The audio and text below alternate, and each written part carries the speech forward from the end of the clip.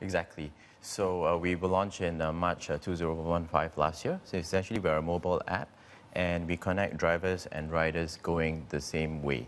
So on our platform, we focus on the social aspects of carpooling. So we do not collect money on our platform. So essentially we match riders and drivers.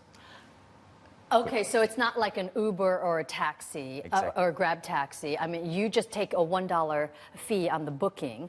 And then how else are you making money? Is it through some sort of a membership? Yes, so they either could do a pay-per-use, where we deduct $1 per trip, or they could buy an annual package where they buy it for $30, and then they could essentially have unlimited free matches throughout Now, is the the year. appeal to this that the actual amount that a rider would pay a driver, because it would be a cash transaction between the two of them, is that the amount is generally less than a taxi fare? I mean, is that basically the proposition? Exactly. So it is a win-win for both riders and drivers because essentially it is 50 to 70% cheaper than a traditional taxi fare.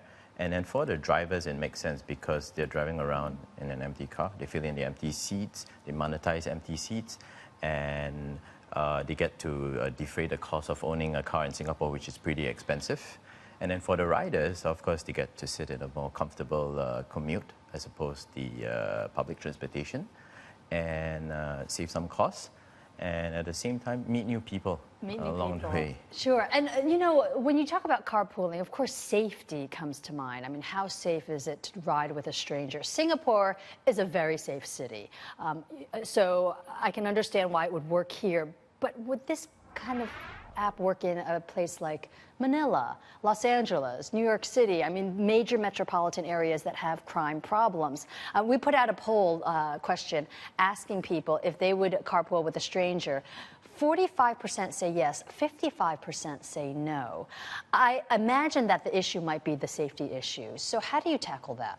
Exactly. So safety is the primary issue that we focus on. Because in order for people to share anything, especially in this particular case, share a ride, safety is most important. So we do that in a few ways. So we verify all our drivers on our network. So they submit their driving license, their certificate of insurance, a profile picture of themselves, and then we verify them back end. For the riders, we make that optional as well. So they could provide a photo ID, and then we could verify them and we give them a tick on their profile.